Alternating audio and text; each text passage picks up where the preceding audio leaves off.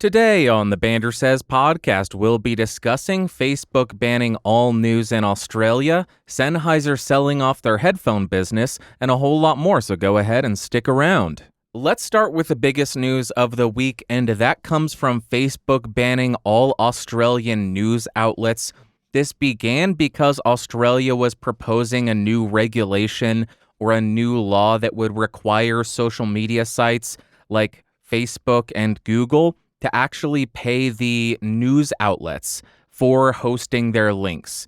If you share a link on Facebook, Facebook would have to pay that news outlet for that content. And Facebook's response to that was just to ban any and all news from being shared or viewed in Australia. If you're an Australia-based news outlet, you're banned. If you are a consumer using Facebook in Australia, you can't view any news. News agencies essentially said, in order to post links to our content, in order for people to share our content, you need to pay us. And Facebook said, or we could just not display your links. We could just not do that. How's that for a response? And that's what happened. But this seems to be a little bit farther reaching than I would have initially anticipated. I would have thought it is the mainstream news outlets that are banned. I wouldn't expect it to reach even the small guy. But it turns out that even podnews.net was banned from Facebook. You can't share their articles in Australia. I don't know if their entire account was banned, but it may have been. And I think that this is a perfect example of people thinking, Facebook will never ban all of this type of content. Facebook won't ban every news agency in Australia. That's too drastic of a move. Well, that's wrong. And over the last 3 to 4 years, I have been seriously advocating that everybody who wants to continue to make content online, get your own website and actively promote it. This is exactly why.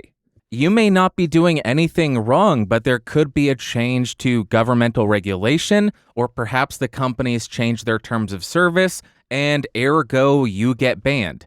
Or they could go the way of LiveJournal and Friendster and MySpace, these websites that were incredibly dominant. Then they lose favor with the population, they lose their critical user base, and those sites go under. It could go that way as well. And if you only exist on these platforms, you're screwed when that happens. Podnews.net was not posting anything offensive. They were not violating terms of service. They weren't doing anything wrong. They were blocked from Facebook because of something that they have no control over. That's the moral of this entire story. You may not be doing anything wrong, but out of your power, out of your hands, something can happen that could lead to you being deplatformed. Luckily for podnews.net, they're in a uniquely safe position because their brand is podnews.net. Everybody knows their URL because it is podnews.net. Podnews.net, everybody knows it. They have a mailing list that they send out an email every single day, if I'm not mistaken. They have a daily podcast that people know about. They are in a uniquely advantageous position compared to a lot of their Australia-based news contemporaries, I guess I should say. But good or bad, there's nothing we can really do about this. If the government decides to go after a social media company and the company says, screw this, we're out of here, there's nothing we can do about it. And because of that, we need to take a step back, and as creators, I know some people hate that term, but we need to take control, or we need to take responsibility for the stuff that we actually have control over. Yes, you may be getting a lot of views from YouTube or Twitter or Facebook. That doesn't mean that you have to exist solely in those arenas. At the same time, you need to start building your own website, your own platform, and offer value that's exclusive on those sites. I'm not saying put it behind a paywall. That's not what I'm saying. I am saying if all you're doing is aggregating content from places you post elsewhere, there's not much draw to go to that website. But if you make something that's exclusive to that website that is valuable for your viewers or your listeners, that's when it becomes something that people will actually go to. And don't forget, your website can be picked up by the Google search algorithm thing. And I know it's not good to rely on Google, but that's another option. By having a website, you're adding another source of discoverability, search engines. And that is really all I have to say about this. This is something that everybody should have seen coming for the last 4 or 5 years. It has been incredibly obvious that this type of action was coming. And if you've been listening to this show for years at this point, and you are a content creator and you still don't have a website and you're in Australia, you get no sympathy from me. I know there was a lot of modifiers there, but you get the point. If you are a creator, make your own website, post stuff there that is valuable, and actively promote it to your audience. Do that, and you will be in a better position than a lot of these news sources in Australia. Next, we have a little bit of news from Sennheiser, and it is from a press release that Sennheiser is going to be selling their consumer business. I'm going to read you a paragraph from that press release. In our professional and consumer divisions, we have 4 business units in total: Pro Audio, Business Communications, Neumann, and Consumer Electronics. In all of these areas, we see great potential for growth. At the same time, they are characterized by different customer groups, customer requirements, product life cycles, and market dynamics, says Andreas Sennheiser, co-CEO of Sennheiser. To be best able to exploit the potential in each of these markets, we are concentrating our own resources on the 3 business areas in the professional division and are looking for a strong partner to invest in our consumer business, adds Daniel Sennheiser, co-CEO of Sennheiser. Talks with potential partners will start shortly. If you are interested in reading the entire press release, I will link it in the episode notes. I think that this is outstanding news if you are on the recording side of things. I'm not 100% sure if you're on the playback side of things. If you're a big headphone fan or if you like Sennheiser soundbars, I'm not sure how it's going to play out for you. But if you're on the recording side, I think this is very good news. I personally am a huge fan of the Sennheiser HD650s. I have multiple pairs of them. I use them every single day, both for casual listening and for recording, for editing, for processing. Everything that I do pretty much goes through the headphones, the Sennheiser HD650s. It will be very sad if they sell off that business and the headphones go to crap.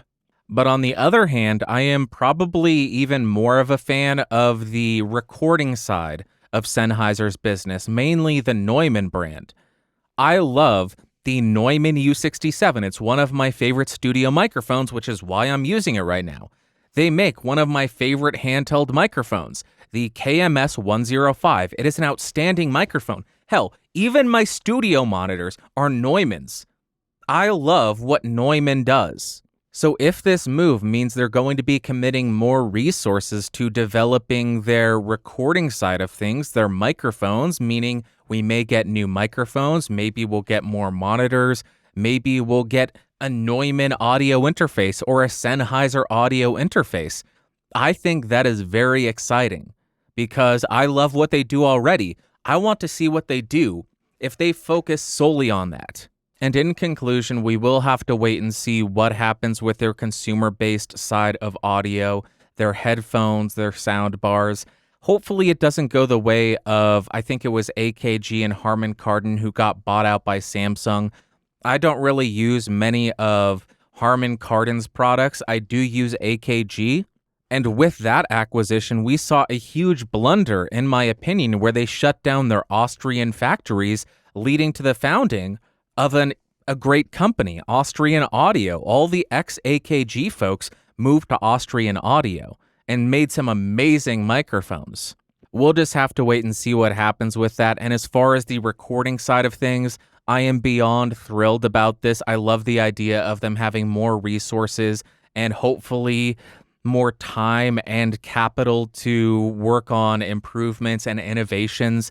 Hopefully, though, all of the new products do not go up market. Hopefully, they do allow some accessibility to their products, maybe go a little bit more down market, more affordable.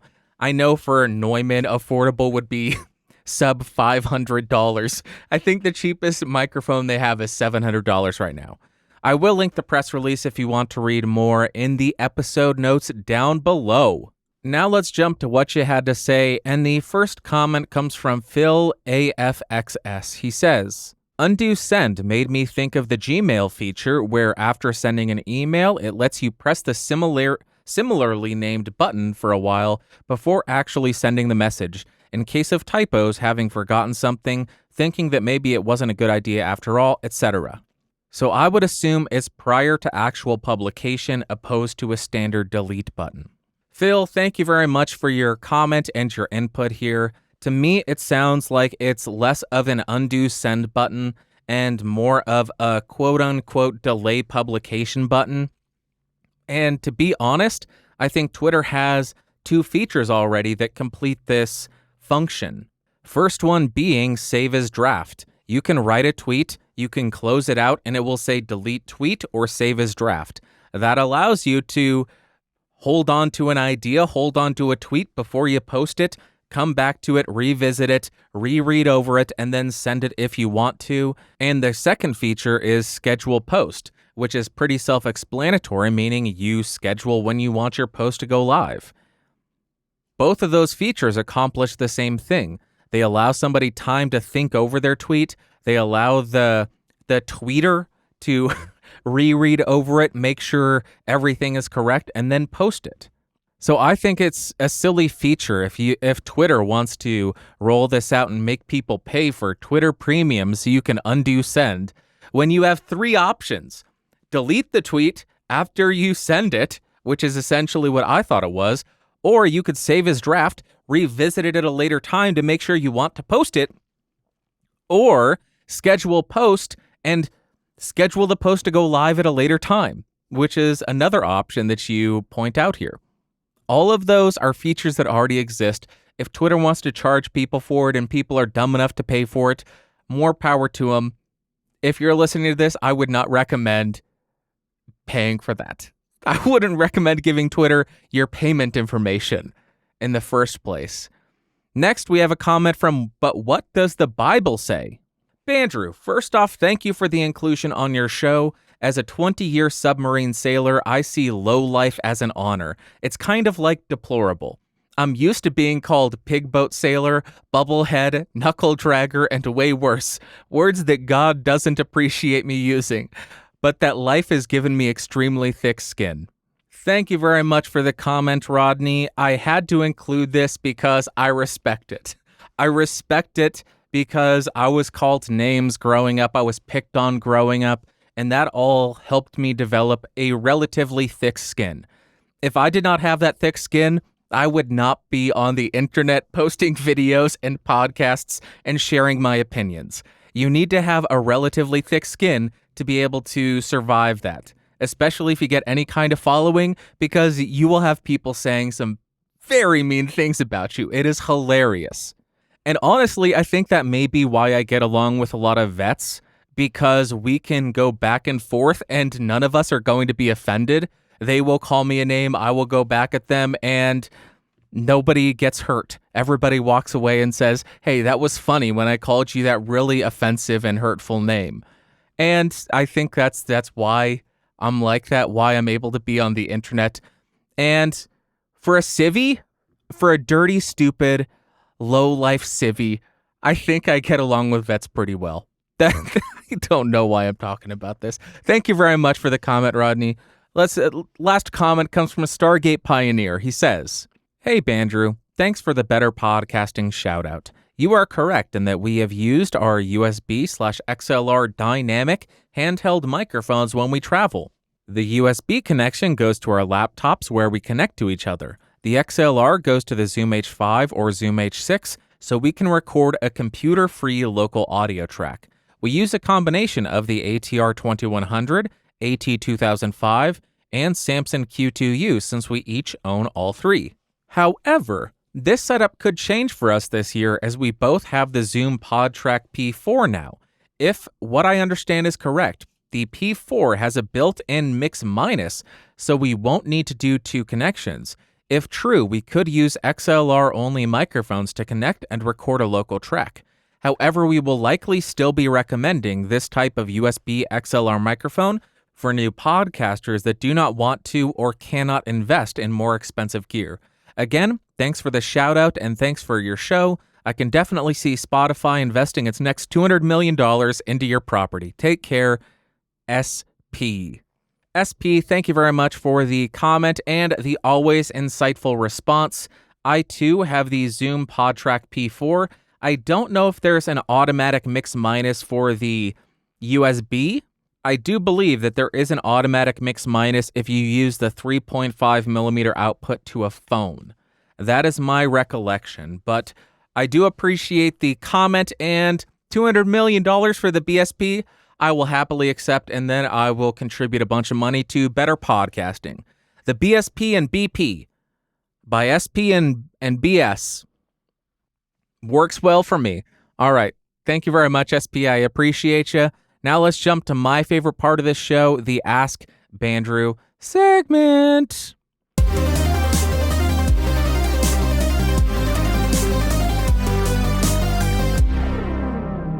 Alrighty. If you have any questions that you want to ask, head over to askbandrew.com. There are instructions on how to send in audio, video, and text-based questions. I do prefer audio and video because then I don't have to read. I am an idiot. I suck at reading. I have to edit a bunch so that it is listenable. Otherwise, this show would be 5 hours long, hearing me stumble over every single sentence. Send in audio and video. We then get to hear how you sound on your microphone, and that is always fun.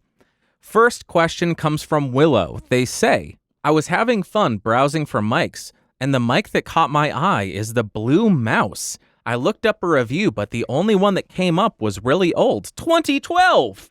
Do you know anything about this microphone? Because I really want to know what this mic has. XD, BTW, I'm definitely not buying that. Willow. Willow, thank you very much for the email. I know I am getting back to you 4, 5, 6 months late, but I did a review of the Blue Mouse. I included this email so I could plug that review. If you are interested in the Blue Mouse, which is what I call the Rhett and Link microphone, Rhett and Link run the Good Mythical Morning Show on YouTube. They have the Blue Mouse sat in between them. If you want to see that review, I will link it in the episode notes. Go check it out. A really cool sounding microphone. Has a very robust low end. Even when you get a little bit farther off of the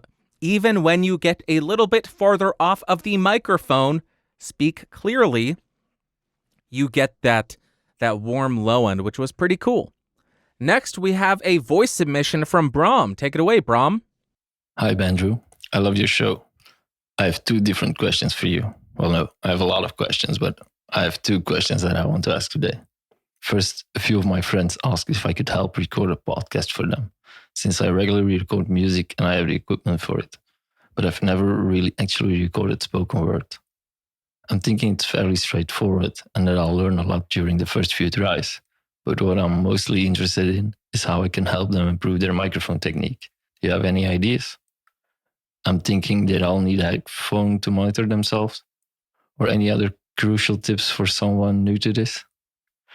And as a second unrelated question, what are your thoughts on the Slate digital virtual microphone system?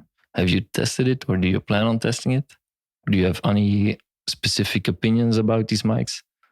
I'm currently looking into the Slate ML2 microphone, since it could be a versatile tool for drums and guitars and maybe even vocals. Thanks for your reply, and thanks for the years of amazing content. Brahm, thank you very much for the voice submission. Again, I know I'm getting back very late to you. Getting late very back to you. Let's go with that. I'm getting late very back to you. Suggestions on improving your guests or the podcaster's microphone technique? Number 1, make them wear headphones. If they are not wearing headphones, they don't know how they sound through the microphone. If they do not record frequently, they may not realize how big of a difference 6 inches makes. That's what she said. They may not realize that when you're a foot away from the microphone, it sounds quite roomy, sounds quite different than if you're 6 inches off of the microphone. And if they have that constantly in their ears, they know that as they move around, oh, wow, the microphone sounds so much different now. Oh, the microphone sounds so much different now. Oh, the microphone sounds so much different now. It really will help solidify the idea of their position to the microphone is going to affect the sound of the recording. However, if they have an aversion to wearing headphones, maybe let them listen to the raw audio after they finish recording, and maybe even take a video during the entire recording and sync it up. That way, you can show them a visual representation of their relationship with the microphone. Say, look at where you are right now. Look at your relationship to the microphone, how far away you are from it, and listen to how crappy it sounds. Now, look how close you are here and listen to how good it sounds. If you're doing a podcast, if you think that you have something so important to say that you want to make a podcast, shouldn't you, as the host of the show, want to sound better? Word it nicer than that, but I think that would be a really good approach to it.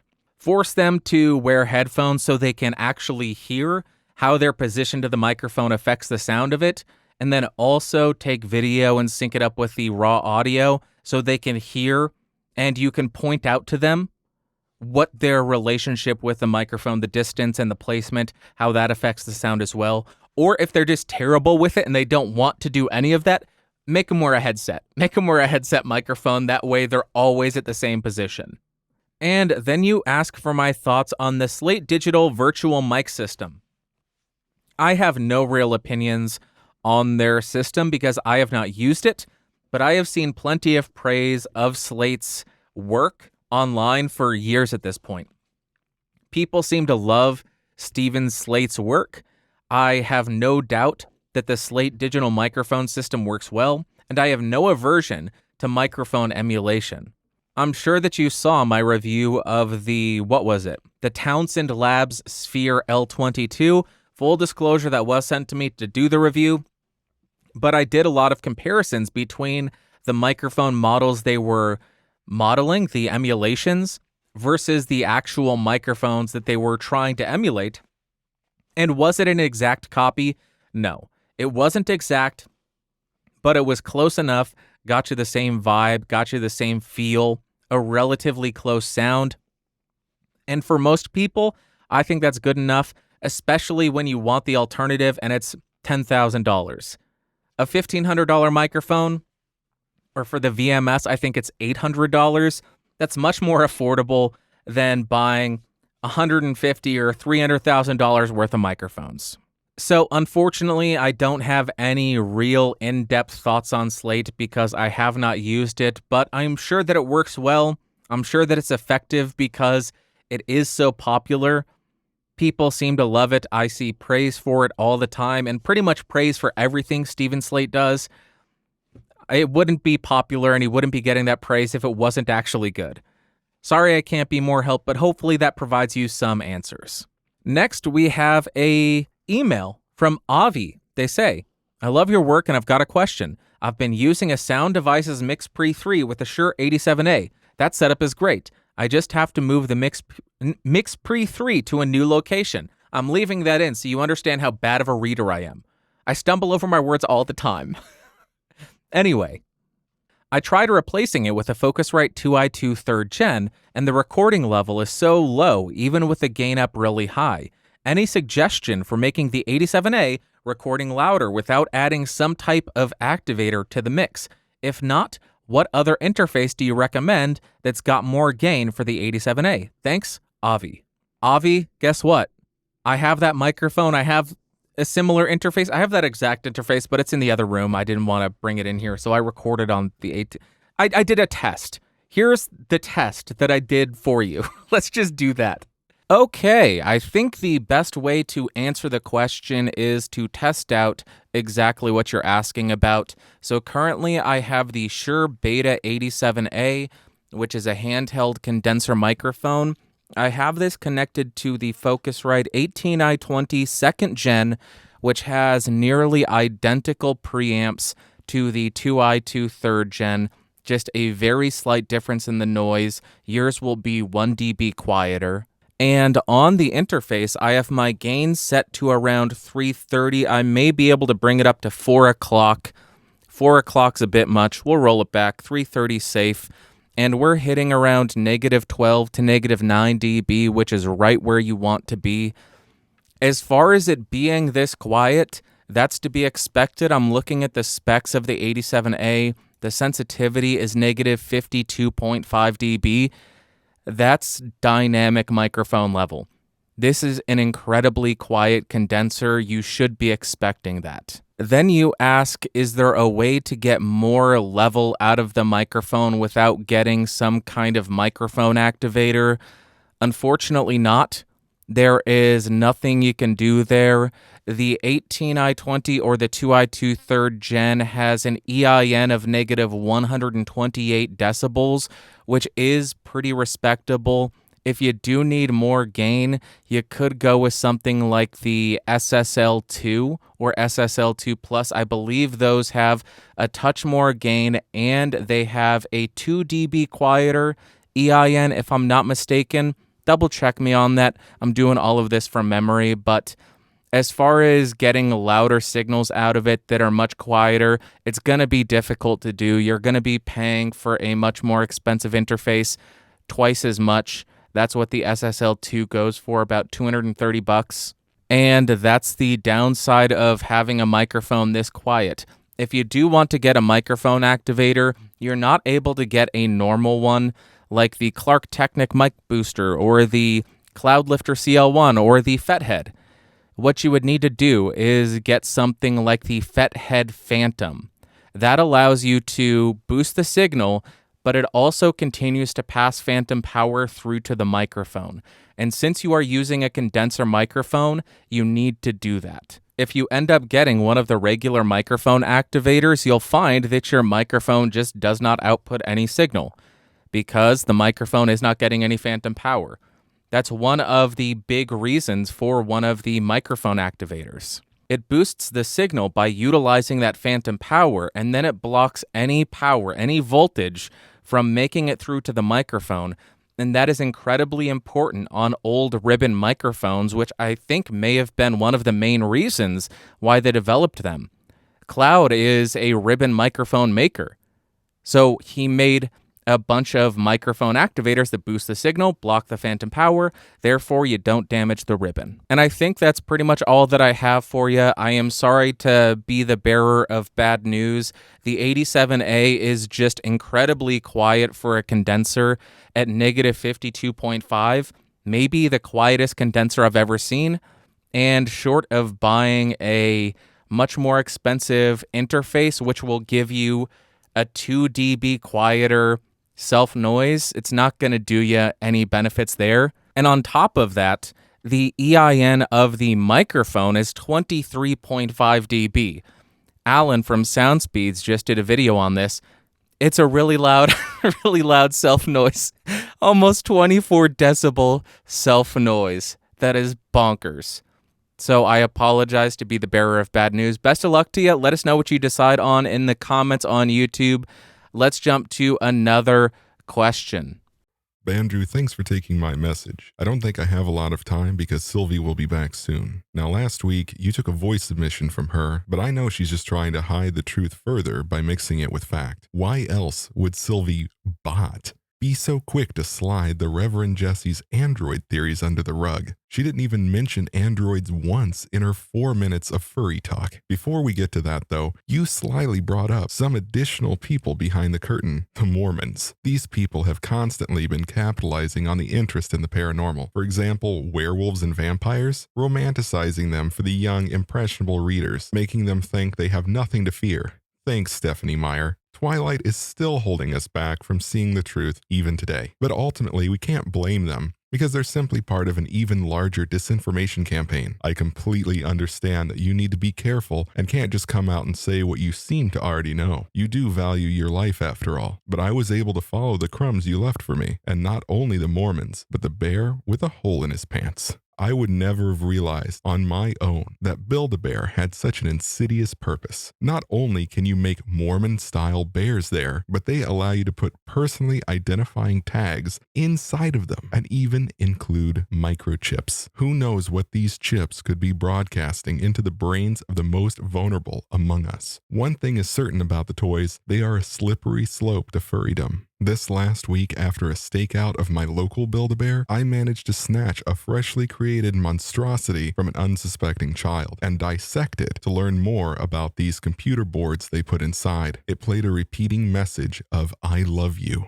How manipulative. Its cold PCB heart told me all I needed to know about what is behind this growing affinity for fur. Jesse had it right all along. The androids. They pull the strings behind all that fluff. They tell us to love their furry minions, distracting us from the truth we all know is out there. Everything SylviBot said may be true, but it's also a misdirection so that we focus on one hand and not see what the other is doing. She, or should I say it, rattled through Will Smith movies for supporting points, but clearly left out iRobot. The Germans were brought to the United States, of course, in the 40s and 50s, but they were not alone. They brought with them what is considered to be the very first automatic digital computer, the Z3, developed between 1935 and 1941. Now today, websites like thispersonadosnotexist.com generate new furries by the minute, all created by AI. We are being played, Bandrew, and there's only a few moves left until we are put in check by these furry-pushing bots. Anyway, my question for you is, self-driving cars are the future, which of course poses a huge privacy risk. Do you think there will be a point in the far future when self-driving becomes so standard it becomes illegal to drive yourself? Thanks. Okay, SylviBot's stand-in. Or I am going to go ahead and make an assumption. I'm going to put on my tinfoil hat and say that is SylviBot that was just speaking there. That was SylviBot speaking, but since they are a bot, they have the ability to alter the vocal cords, the artificial vocal cords, and emulate a male's voice. I am so onto you, SylviBot. I am so onto you. I am onto you 100%. I don't buy a single thing that you're saying. With that being said, I think all of your spots were point on. All of your spots, that's not right. All of your spots were point on. Yes. I don't want to dive into every single point because then we will be here all day and I will get banned off of YouTube. Let's talk about self-driving cars. I absolutely do think that those are the future. And I also think that those are going to continue to be controlled by artificial intelligence in the car. So how long? I'm going to pose a question. How long until these self-driving cars start manufacturing cars? How long until the AI becomes so advanced that they develop manufacturing processes and start developing their own vehicles? And since we learned that androids and robots are furries, how long until those manufacturing processes lead to them having fur, and then when we as humans, I am a human too, believe me, take me to your leader. When we get into the car, how long until those cars are no longer cars, but now they are fur-covered coffins? How long, I ask you, how long? I don't know what I'm saying anymore. I do believe that we will eventually start to see a shift where more and more people utilize self-driving vehicles. I think it won't initially be regulated. I think we'll see that insurance companies start to offer discounts for those who drive or use self-driving vehicles, and those who want to actually control the vehicle, they will get penalized. Their insurance rates will skyrocket, and that will be the free market forcing people towards self-driving vehicles. Then as we see that move, as we see hopefully a decrease in traffic accidents and traffic fatalities, we will start to potentially, my thought would be, then we will start to see the government step in and say, well, we only have 10,000 people driving regular cars with the car under their control, and look at how many deaths we have. They should not have that ability to put their lives at risk or other people's lives at risk. Let's regulate so people cannot have those vehicles anymore. Or instead of making them illegal to own, perhaps it would be more of the street legal versus a car that you have to drive on a track. I think that's what would most likely happen, and it sucks. I like driving, although at the same time, I would love to be able to watch a movie while I'm going into work. But I can't. I don't have good public transit, and I don't want to pay for it, so I drive to work. Well, for the last year and a half, I have not driven to work. I've walked 100 feet. Or it hasn't even been a year. It's almost a year. 15 days to slow the spread, they say. A year later, I still have not been into my office in a year. 15 days to slow the spread my butt. I think that's pretty much it. I think that's pretty much it for this week. It may have been a slightly shorter episode, but I had fun with it. I hope you had fun with it. 250 episodes. That is insane. Like I said, I don't really do anything special. One suggestion people did offer is do a live stream. I don't like doing live streams. They said go and answer every question that's in your queue. That would be a 12-hour live stream. That would be horrifying to watch. And the reason why I don't like doing live streams is I suck at this. I'm terrible at this, and I edit the crap out of it. I try to edit it effectively and efficiently so it doesn't sound like I'm terrible at it, but I am terrible at this. I have to edit a lot. And the reason that I do that is it would be easier if I just do one takes. Just go right through and leave in all the screw-ups. But my goal has always been to convey the information in as succinct a way as possible. Editing allows me to do that, and that's why I do it. So no live stream for you, but 250 episodes started 2015, and then I had to delete the first 8 episodes. Who knows if those will ever come out? I highly doubt it, because I had somebody banging on my door saying, "You must take these down immediately. This is a risk to the world. You can't have this type of content out there." So I took those down and continued the numbering. So it starts at number 9, 250. Holy crap. A quarter of the way to 1,000. Only, how many more years is that? How many more years? Another 5 years? Another 15 years. Not 5, 15 years. That's pretty good. 20 years to get to 1,000 episodes. This'll be fine. This'll be fine. All right. That is it. I hope you had fun. I hope you have an amazing Sunday, Monday, Tuesday, Wednesday, Thursday, Friday, Saturday. Next Sunday, I will talk at you. Hopefully next Sunday, my mouth is not so saliva-y. Today, holy crap. Holy crap. So much saliva. It's disgusting. I can't even stand listening or thinking about the sounds that my mouth is making. It's terrible. I will talk to you next week. I love you. Bye.